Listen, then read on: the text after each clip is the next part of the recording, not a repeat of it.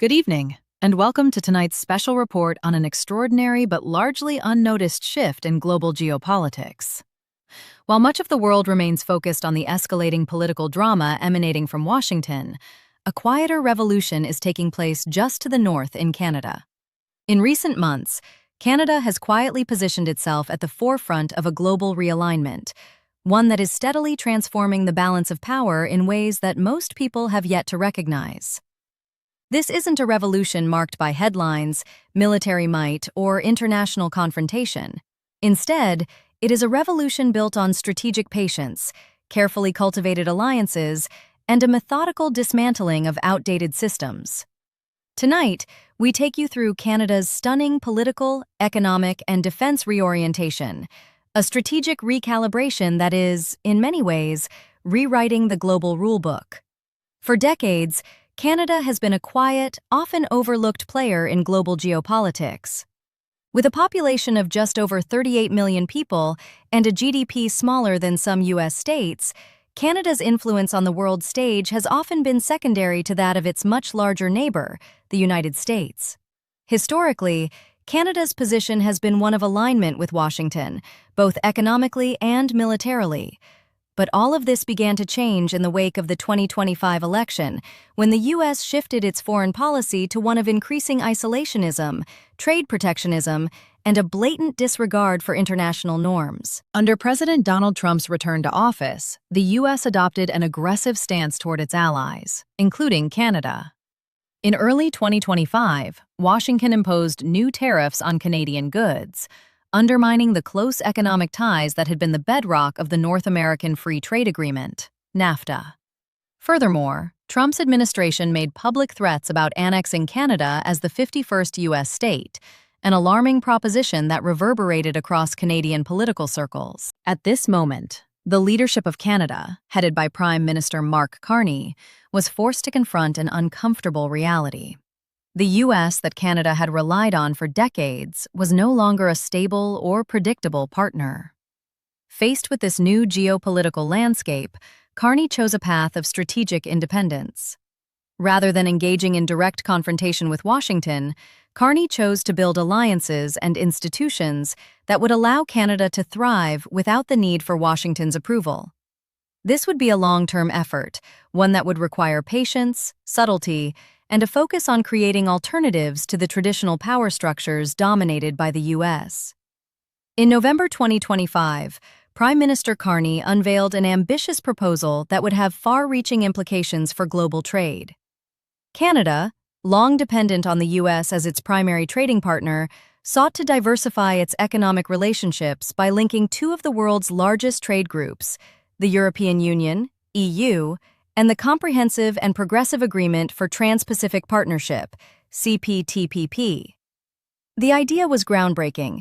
Never before had such a bold trade integration been proposed, and the implications were vast. The proposal envisioned creating an economic corridor between the 12 countries of the CPTPP, which span the Indo-Pacific region, and the EU, the world's largest single market. This ambitious project aimed to create a trading bloc covering 32% of global GDP and 37% of global trade. But the real brilliance of this plan lay not just in the trade numbers, but in the creation of a seamless supply chain, allowing goods manufactured in one region to flow freely into the other, without the typical barriers imposed by tariffs, regulatory differences, or bureaucratic hurdles. For Canada, this was a chance to shift away from its dependence on the U.S. and become a central node in a new global trade network. Carney's team worked tirelessly behind the scenes, meeting with representatives from both the EU and the CPTPP to build a framework for this integration. By February 2026, the proposal had moved beyond the planning stage. It was on track to become a reality. This new trade corridor would benefit not only Canada, but also Europe and the Indo-Pacific countries, creating a more diversified, resilient global economy. While Washington remained distracted by domestic issues and trade wars, Canada was quietly assembling an economic coalition that would make the U.S. more and more irrelevant to global trade. By connecting the EU and the CPTPP, Canada effectively created a network that bypassed traditional economic power structures. And perhaps the most astonishing part? The U.S. was not in the room during these pivotal discussions. While Canada was building economic bridges, it was also quietly re-engineering its defense relationships. On February 15, 2026, at the Munich Security Conference, Canada made an announcement that would have profound implications for its position on the world stage. The country officially signed on to the European Union's Security Action for Europe (SAFE) program, a €150 billion defense initiative aimed at strengthening Europe's defense capabilities. Canada became the first non-European nation to formally participate in this initiative. The SAFE program was designed to provide funding for a range of advanced defense technologies, including missiles, drones, and other state-of-the-art weaponry. By joining SAFE, Canada not only gained access to European defense contracts, but it also positioned itself as an integral part of Europe's security architecture. Canadian defense manufacturers could now bid on large-scale contracts across Europe, and Canadian military forces could collaborate with European forces on key security issues. In essence, Canada's participation in SAFE marked the country's full integration into Europe's defense framework, which was a significant departure from its previous reliance on the United States for military support. This was a critical strategic move for Canada. While the U.S. was becoming increasingly disengaged from international security commitments, Canada was stepping into a role that allowed it to shape Europe's defense future. Canada's participation in SAFE solidified its status as a key player in European security, ensuring that it would have a voice in the continent's defense decisions moving forward. This was a far-reaching shift, one that not only impacted Canada's military posture, but also sent a clear signal to Washington that Canada was no longer willing to be subjugated to American military priorities. Canada's strategic recalibration didn't stop with Europe. In addition to strengthening its ties with the EU, Carney and his team focused on expanding Canada's global relationships in other regions. In January 2026, Carney made an official visit to Beijing, where he secured a deal that granted Canadian citizens visa-free travel to China. While this may seem like a small diplomatic gesture, it was highly symbolic of Canada's changing foreign policy. After years of strained relations with China, primarily due to U.S. influence and trade tensions, Carney took the bold step of resetting Canada's relationship with the world's second-largest economy. This shift in Canada's approach to China had far-reaching implications. It marked the beginning of a new strategic partnership, one that would allow Canada to tap into China's growing economic power. As global trade patterns shift, and Asia becomes an even more dominant force in the global economy, Canada's ability to engage with China on favorable terms will be crucial to its long-term economic success. At the same time, Canada also made significant strides in the Arctic region. On February 13, 2026, Canada signed a defense and security agreement with Denmark, which included provisions for shared surveillance, military coordination, and operations in the Arctic. This agreement came at a time when the Trump administration had publicly suggested that the U.S. might attempt to seize Greenland, a move that was met with widespread condemnation from global leaders. In response, Canada and Denmark took decisive action, signaling to the U.S. that the Arctic would be protected by international cooperation, not unilateral action. What Canada has accomplished over the past year is nothing short of extraordinary.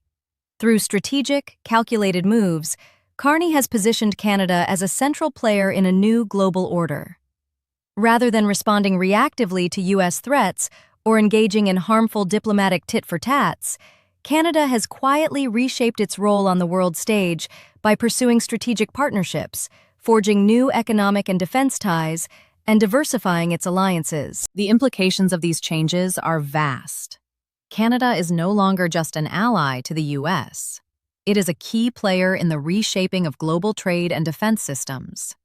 With its new trade corridors linking the EU and the CPTPP, its integration into European defense programs, and its re-engagement with China, Canada has created a robust global presence that doesn't rely on Washington for validation or direction.